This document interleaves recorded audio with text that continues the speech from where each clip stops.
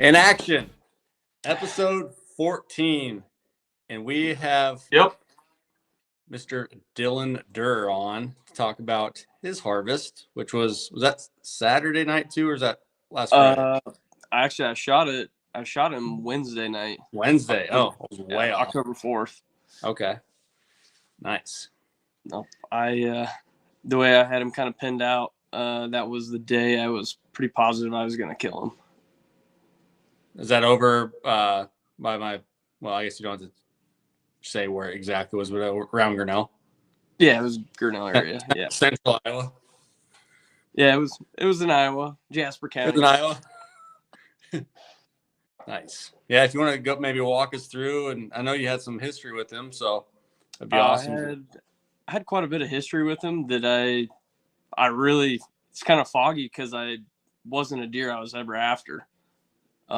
It began as a hunt that I'm after, probably like a 160 class 8-pointer that, I just thought was the bee's knees. And so I had cameras all over the farm trying to chase that deer. And I arrowed that deer, but never recovered him. Actually, I know Lee saw him late muzzleloader. I think he hunted kind of right next to me. So he got a good chance at saying, oh, maybe he could have made it. So I kept running cameras on that farm, and I didn't have much.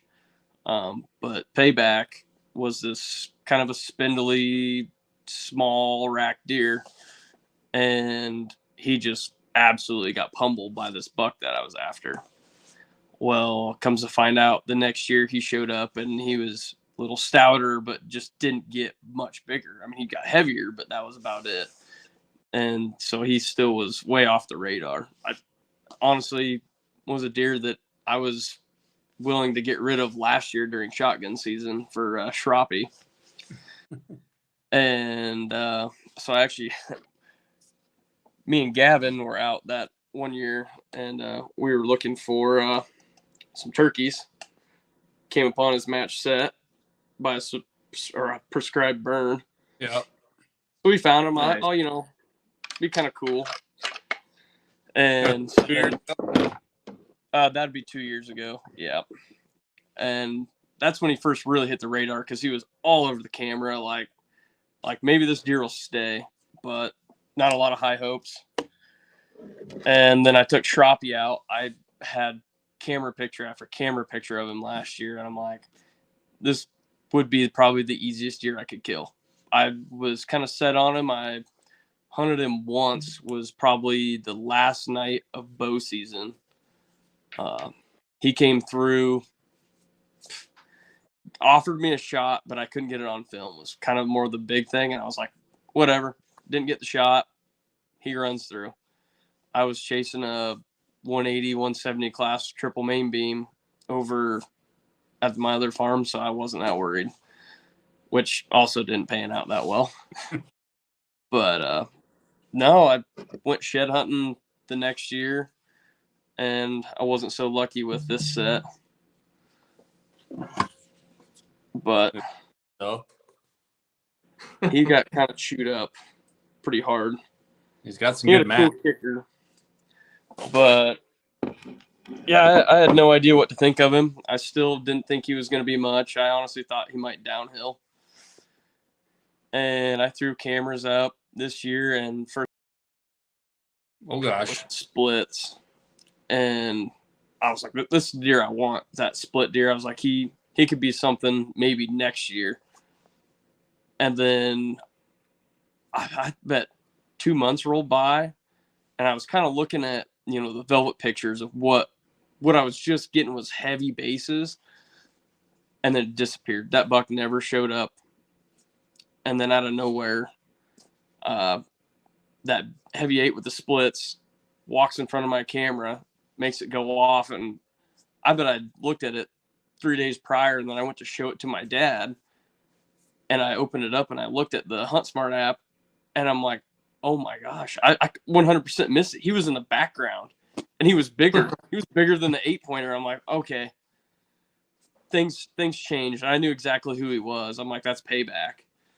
And so I sent it right away to Gavin. I said, Gavin, you you're never going to believe it. I said, this is Payback. And I said, he's out past his ears this year. and I knew he was a tank. He was an old deer. And so he still just missed my camera. He would just kind of miss. And then I want to say it was August. I had my DS4K going over a scrape area I'd made. And it's starting to lightning out. And those two both, because they hung out together since they were small, they both come walking out, and you can see the big 8 turn, and Payback comes walking in out of the dark with the lightning in the background. I'm like, oh boy. So then right there, I was like, you know what? I'm set in stone. This is my deer. This is the one I'm after. And just like years past, it panned out. The muddy cell cameras just firing away on him. I mean, I set him up for where he was at last year, and he just hit the same trails, trail after trail after trail. And so here I am looking through every old SD card I have, just when was he daylighting? When was he coming out? Because he was on my radar last year. He wasn't my ace. So now I have to backtrack figuring out who he is and where he's going. And I started going through all these pictures, and when he's daylighting, I had to go back and look up the red moon. I was looking at what the weather was, a year ago.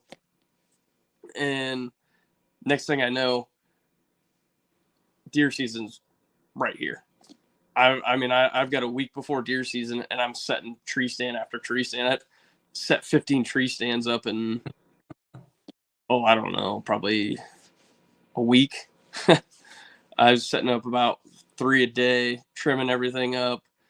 And right before season hits, we headed up north, go trout fishing. And all I can think of is it's supposed to get kind of cold. And so I'm getting nervous. And I was like, he moves the minute it rains. He moves all that next day. He daylights.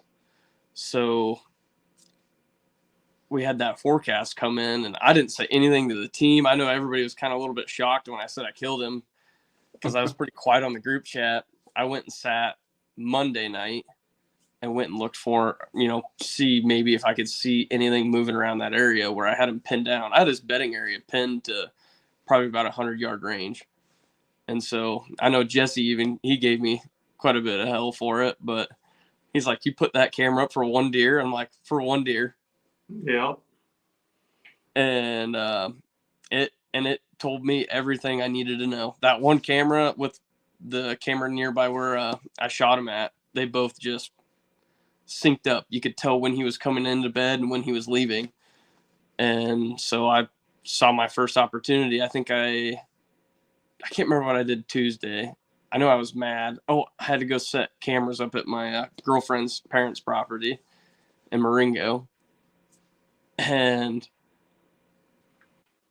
I said Tuesday night, I told my coworker, I said, I'm probably going to be late Thursday. He said, why? I said, it's supposed to rain tomorrow. And I said, I might get off early and go hunt this deer. And so we were kind of busy. I didn't end up taking off early, but I said I was still going to go hit the stand because he wasn't moving till 7 o'clock. Well, I took off work, flew to my tree stand. I think I showered, got everything ready, sent. The wind was going to kind of favor me a little bit, but not really. I was going to give me a window to get a shot at him. And so I took my opportunity at him. Honestly, I really didn't think that it was going to be a 15-yard shot, but he came right in just before he hit downwind is when I had the camera set ready for him. But prior to then, I was still putting stuff up, getting my camera ready to go. I didn't even get my secondary camera set. And I looked behind me. I think I just texted Gavin. I said, he daylighted here, a week ago when it rained or something. And I looked up and he was standing there at like 75 yards. I don't have an arrow knocked. I don't have my camera on.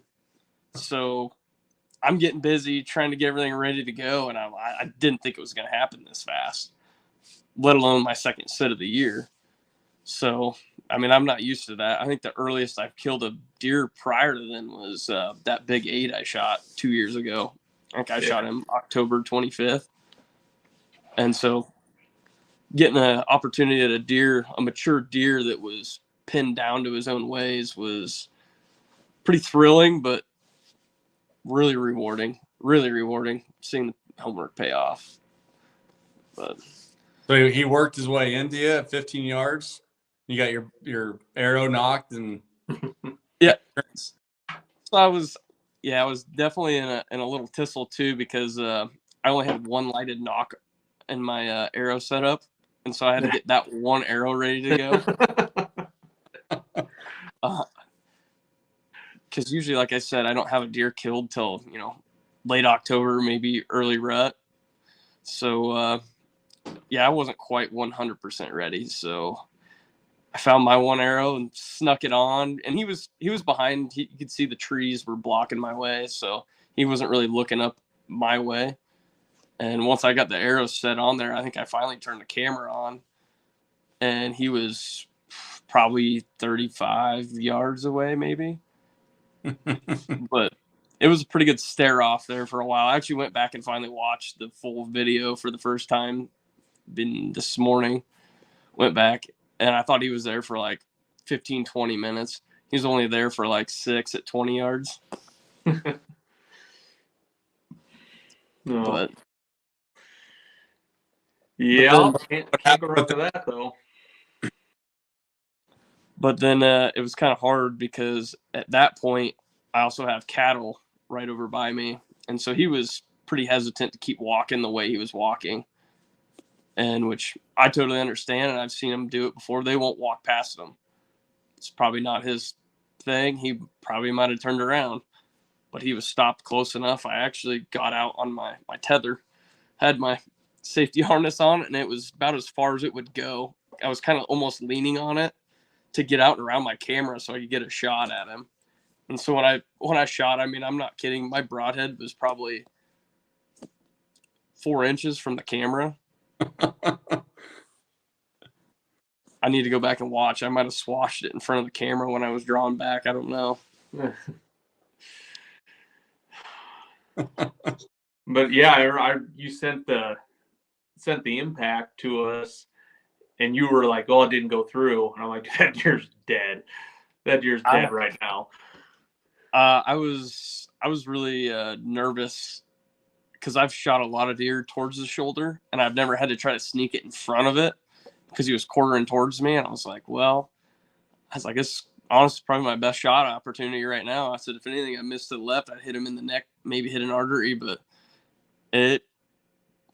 shoot my bow every day at lunch for 20 minutes for the last 3 months it paid off. I mean, the shot felt so perfect when I let it go. I knew there was no miss, and it literally it pierced through, and I'm like, well, I said, I don't think I went all the way through. I could tell it stuck pretty well through, but I was just nervous on vital area. I'd never had to shoot one that way. Yeah, I think I remember sending you a snap like, "Oh, just let him lay overnight, go get a case of beer, calling sick in the morning." And then the next thing I know, you found him. I'm like, "Oh, well, scratch that idea." Yeah, I was pretty sure he was dead once I heard him. I could hear him when he was running up the hill. You could hear that grunt noise they make, kind of like I heard that noise going up over the hill, and I'm like, he's not going far. I think we should have taped it out. I think he went 75 yards. Yeah, ended up, I chopped the heart right off. Gavin came and helped you? Yep, Gavin came, and one of my good buddies from Grinnell, they came up, and Tanner Hofstetter, good thing he was there. He's a big boy, and that deer was a big boy. Yeah, that was a big deer. I would probably say the fattest deer I've ever had to clean. I think there was about almost 3 inches of fat on his back. He's eating. Probably eating all the corn. I'm sure Gary's happy about that. Yeah. Like even that doe that I shot the other day, she had a lot of fat on for like this time of year. Like when I skinned her, I was kind of surprised. But well, my taxidermist also said when I shot that triple main beam, he said, bring me something with a good cape on it. He goes, shoot something that's not late muzzleloader to bring to me. I'm like, well, late muzzleloader's my best time to hunt because I get a lot of nice deer out in my field late muzzleloader. So my biggest deer have always been late muzzleloader kills. So he finally wanted something with some thin hair on it, is what he said. That's awesome. So that was like my fourth call. They do Remember look the best. Those early season capes are hard to beat. I actually wasn't going to mount him, and then I taped him out. And I was like, yeah, there's no way. The history of this deer, I mean, watching him, I mean, me and Gavin went after him 1 point late muzzleloader. We had a shot opportunity. We could have probably killed him. I just didn't really want to try too hard for him. And after all that, I was like, he needs to go on the wall. He deserved a spot. And what did he score? he was a little over 164 green, but I kind of knocked it down for the like the quest hunt. I didn't want to push myself to the exact limit where I thought he was at because he'll lose some shrink. Yeah, but when Jesse and I did the quest hunt, I had a buddy do the tape mine, and he was actually an inch bigger, which helped us out in the long run. So that's exciting. Who's your partner, Gavin? Gavin. Okay. Yeah, I didn't perform for him last year, so I thought I'd make up for this year. Oh, and now the pressure's on him. Yeah, I know. Well, I put the pressure on him 2 years ago. Then he put the pressure on me last year, and it was a lot more pressure last year because I had 2 absolute mondos on camera. They were going to outscore his. Well, one of them went up, and I thought, wow, this is gonna be great. We're gonna be a top side of the quest hunt. And then my main buck broke probably close to 25 inches off. And so I got a lot of video of him, took the opportunity to let him go, passed him. So he's hopefully out there somewhere. Crop rotation, not so good for the area.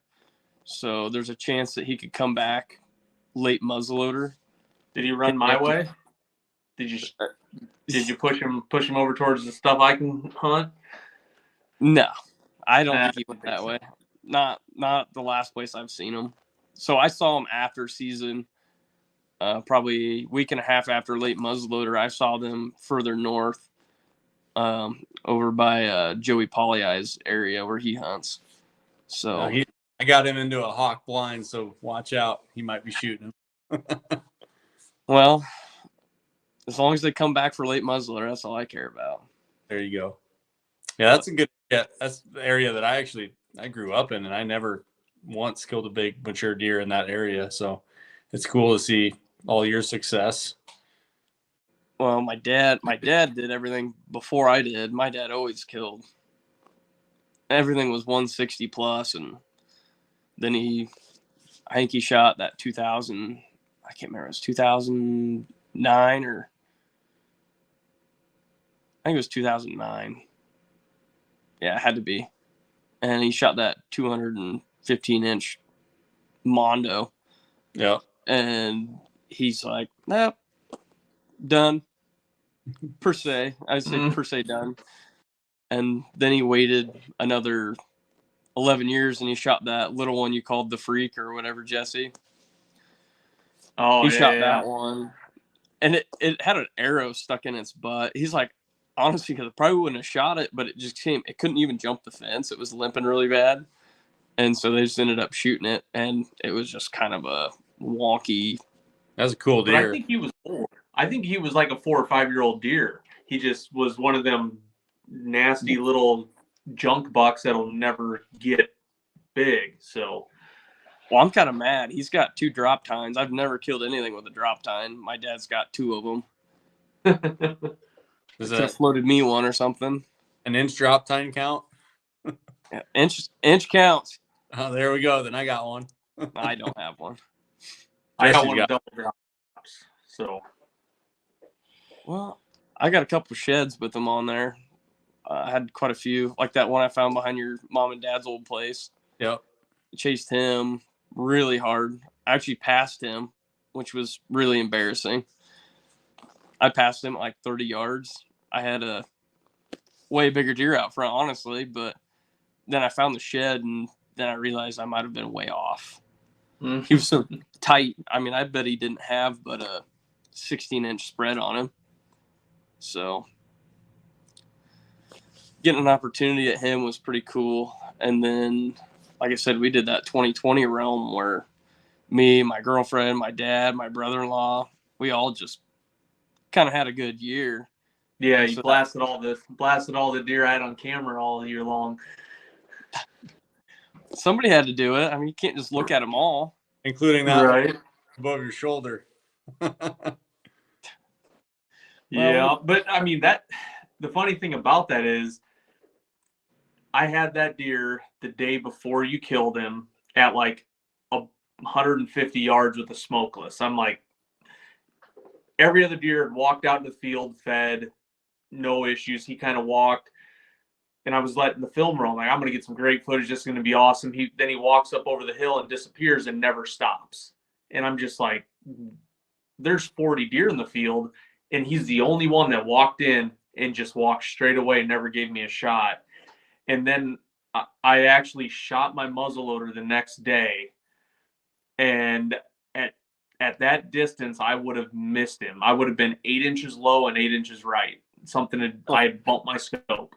Tell him what deer he's talking about. Point at him. What, you talking about that one? Yeah. Yeah. Yep. Yeah. And I had only known about him like a day. I had one stealth cam picture of him one time, and then I went and hunted the next day and he walked out. Yeah, because I remember I sent you a Snapchat video. I'm like, Jesse, I'm so sorry, but I'm like, dude, I'm going to shoot that triple main beam. And Splits actually jumped out just before him.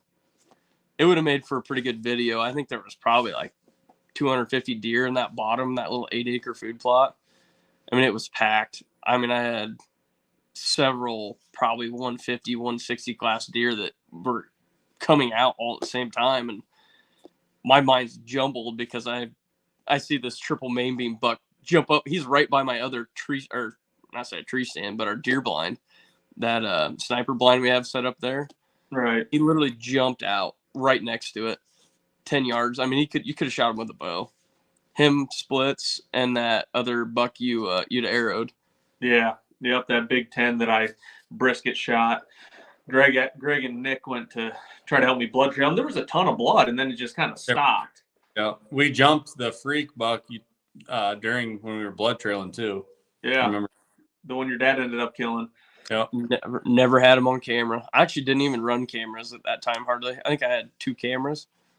Yeah, I used to get him all the time on the other side of the road before it sold and all that stuff. So it's that area it's weird because the deer will travel a lot depending on the type of the year. I said that area is, me and my buddy Tanner Hofstetter, we were just talking about that the other day. Like, you have no idea how much deer travel these areas. It's kind of like a big timber field, big timber field, big timber field, and they all have checkpoints. Yeah, right? Yep. It's kind of crazy. Like Payback never left that place. He would never leave. But my that drop tine shed I have, I saw him. I think I saw him. It was rut. I think it was like November 14th, and it was 3 miles from another farm, which isn't terribly that far, but from what's in between it, I thought it was far. And then me and Gavin were out shed hunting, and I'm like, you're never going to believe this. I'm like, I saw this deer all the way over by the golf course. Like, what? I'm like, yeah, I just figured that deer just ran through here and went over to Reichert's, but.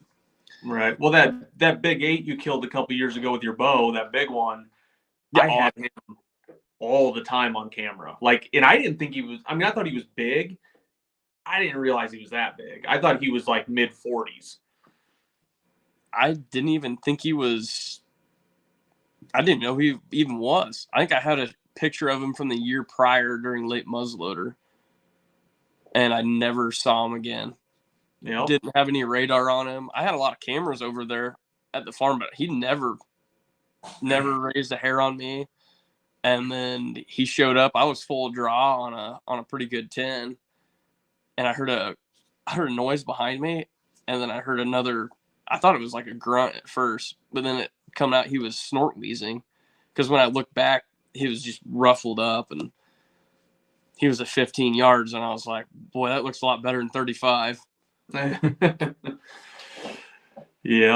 it's That's good. cool. It's not, and that's almost what's fun. Like you miss it because a lot of these people that you don't talk to your neighbors, you don't share information with your neighbors, but having buddies that hunt all the different areas. Like I'm sure there's some deer that get kept on the down low, which makes sense. But I mean, for the most part, like, you're posting pictures on our Snap group, and I'm like, is that by me? He's like, no, that's over on this other piece. And then I'm like, oh, is that one? Yep, that one's over here. And then, I'll end up getting them in another couple weeks on camera, hitting a scrape, and same thing. It's like, dude, look, I just showed up here.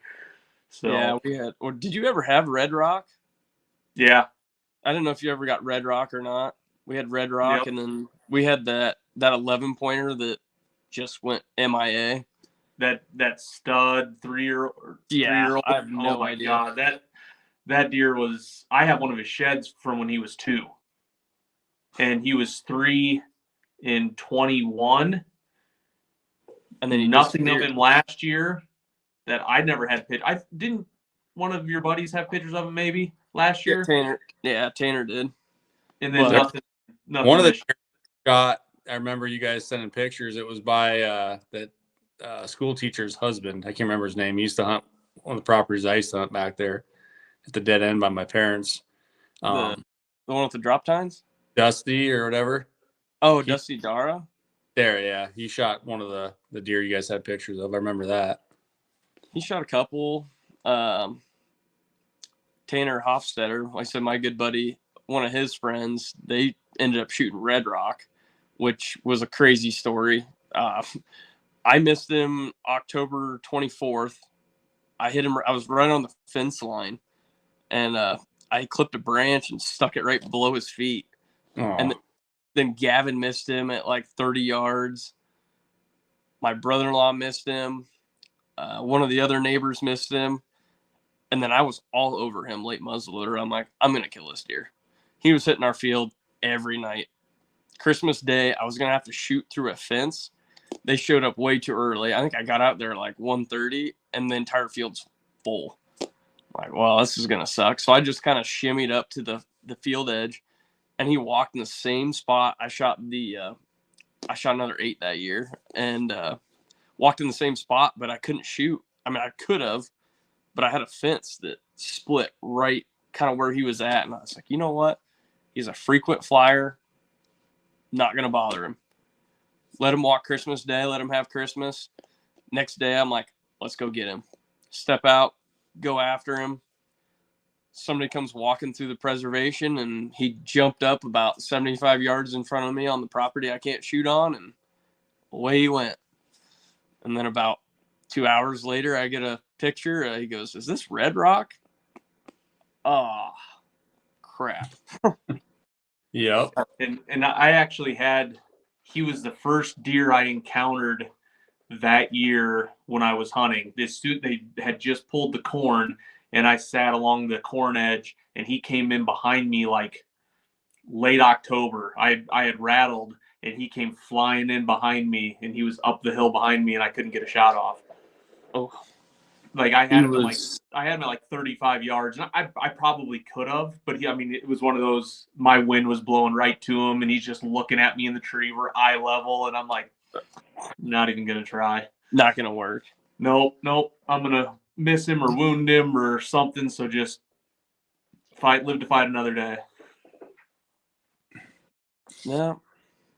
There should be a couple more bucks over there. I need to go back and get some cameras set over there. I only got one camera over there, and it's ran out of battery about probably 3 weeks ago. So now I really feel out of the loop.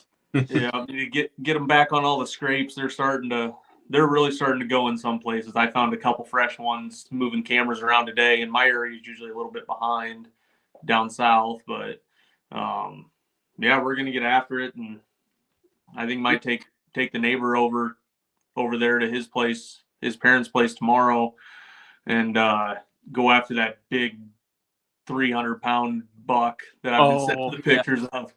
Like that's like the perfect deer to kill if you're just trying to kill a buck. I mean, probably mid-20s, might hit 130, but man, is that big. Him, right? What? It'd be first buck for him. He shot a little buck his first year, a little 5-pointer, but yeah, he just doesn't get out that much. He doesn't, he's not as avid as a lot of us are, but he does enjoy it. I'll tell you what, he came over and shot his bow for the first time like a week ago. Dude, if he put in time, he's like, just shoot an arrow at 20, shot at 30, shot out to 50, and every single one was a bullseye. And I'm like, good God. Yeah. Like, you shot 5 arrows. I'm like, now screw your broadheads back on. Let's go. Yeah. That was good. Yeah, good enough. So no more excuses. So he was shooting Jenny's old bow the first year. That diamond killed a little buck, and then we were at Shields, and they had an original Halon on the used rack, and it was like $450. I'm like, dude, you need to buy this bow. And we got it all set up, and I set it up for him, and that thing, he's a tack driver with it. It's awesome. So he just needs the opportunity. Yeah, I'm excited to get out. I think early muzzleloader starts Saturday. There's still like 2,400 tags left, so I'm gonna go really pick up a tag and see if I can drop the medium 10 or maybe a track. Yeah, I got that big 10 on camera. We haven't really named him yet. I probably should go after him, honestly, but how do you not see your stuff late season, man? Yeah, I don't know. That's why I can't do it. Gavin's like, I might just go early muzzleloader. I'm like, well, it's like I was thinking about it, but dude, you I mean, your setup, you could suck in deer from 5 miles away. I don't know what that one field is that I had that camera on this year, but there's a big 7-pointer, Jesse. It's got your name all over it. Sign me up. We just got done doing a podcast with Trent, and he's got that big 6. So I'm like, man, I've got two really good 7-pointers on the wall. I'm like, I'd love to have a big 6-pointer. We found a big 6-pointer out at the farm. It's been years ago. We got him on camera. This is back when you had to develop film. Do you remember those? Right. You have to send your pictures in, get them developed. Yep. And be like, the first time we ever did it, I think we got back like, I don't know how many pictures it took, like 250. And we got like 250 pictures of grass, and it was awesome. So it's kind of like discouraged us, and I think we moved it to a different spot, and we got maybe a couple little bucks, nothing huge. And then we set it, I can't remember. We set it up in those pine trees, right, at Elliott's. And next thing I know, we got this Mondo 6-pointer, biggest 6-pointer I've ever seen in my life. Showed up on there. I think apparently got hit on Highway 6, but he was pretty big. I think there was a big 12 we got on camera, and that's kind of where the camera thing started for a while. Yeah, it's amazing. You get 1 or 2 big deer, and it becomes a really bad addiction. Very, very bad. Cell cameras are addictive. Yeah, I'm kind of waiting to get off this thing so I can see if I had any deer show up, which probably not, but I would say my camera's gone off like 6 times right now. I can see the notifications sliding up. I'm like, oh, that and the river junkies. Right. Awesome. Well, we appreciate it. As soon as you get all your stuff sent over to me or get it all put together, we'll meet up and get the footage, and I'll throw it together. So I still got about 4 more camera cards to go through yet. Get after it. I went through them quite a bit. I didn't touch them at all this weekend. It was a little bit of a celebratory weekend. Yeah. So aren't you going to Grinnell soon, Jesse? You can swing by and grab it. Yeah, if he has it already, maybe tomorrow or Thursday. We'll have to see. Or I could just give you like 10 cards worth of stuff. Oh yeah, I don't have anything else to do. Might as well go through 5 hours of footage. I got quite a bit from last year, but I got a lot of it on my phone right now. It's a lot easier to do it on your phone these days. Yeah, it can be the difficult part. It's super nice, but framing everything it's hard to remember to turn your phone sideways so it fits in. So trying to fit the vertical vertical Yeah, footage into a hunt and make it look good it can be tough, but it's definitely better than not having anything. I have to go back and look. I knew I took a video. I was putting on deodorant. I was like, you know what? I'm just gonna get a video of it. So I got me spraying down, putting my deodorant on, and I'm talking. I'm just like, better put this on. It's hot out, and I was just kind of like joking around, and didn't even think of it. I was like, I hope I put that sideways when I did that whole thing, because the first thing that hit me after I shot that deer, I'm like, I feel like an idiot. I don't have my black face paint on. I have my green face paint on, so it's like OD green face paint. I'm still overthinking. Did I take a video before this? Right. Yep. Nope.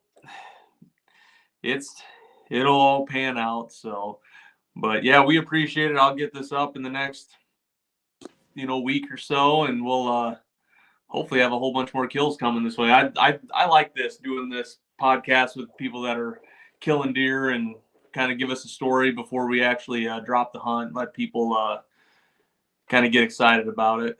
And our team's killed 5 bucks this year, right? Three Yeah, Kentucky, 2 in Iowa, and 2 then in Iowa, and then Sean filmed his wife killed. Okay. Yeah, so if he hasn't sent it to me, it might be in the WeTransfer already. So we're on a roll. It's not even halfway through October, so that's exciting.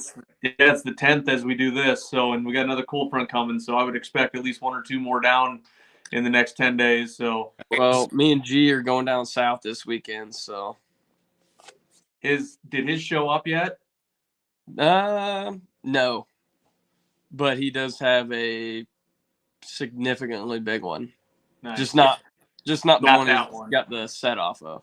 Not that one. Well, hopefully we get to wrap that story up, because that's a special one right there. So That one's that's why he's kind of wondering. He's like, I want to go down, and I told him like that place is so bad, late muzzleloader. I was like, you're probably better off rut. But yeah, well, dude, this cold front, it's going to rain, potentially rain Thursday, the 12th, and man, this have 5 can days. be worse. This can be worse than the September scramble. With this weather changing like this, your bigger bucks are a lot of times pushing out maybe your smaller to medium bucks. They're getting a little more dominant right now with that cold front, so they do push them out pretty heavily. I've seen that a lot in the last probably 5-6 years. Noticing which deer will push one out. Yeah, and honestly, after pulling a regular SD card today from a regular camera and seeing a 6.5-year-old buck fighting in like a 4.5-year-old buck, I might strap the antlers onto the pack. I mean, not like I'm gonna get crazy with it, but I hit my antlers before I shot Payback. Or not, they're not. It's like a pack rack, not antlers, but right, a pack rack. I slapped them together a little bit. I think that's what woke him up out of his bed, but I have no idea. Yeah, I got spots that are good for rattling, and then I got spots that I think I'm going to blow everything out if I go in there and knock them together, because the deer are within 100 yards. Yep. Them nice tight areas where they can't see anything, you can get away with it. I don't think it's time to crank them out and bang them, breaking tines yet, but I bet you tickle a little bit. And I'm saying, yeah, it was just more of a light sparring, kind of make it sound like there's a couple young bucks. Curiosity.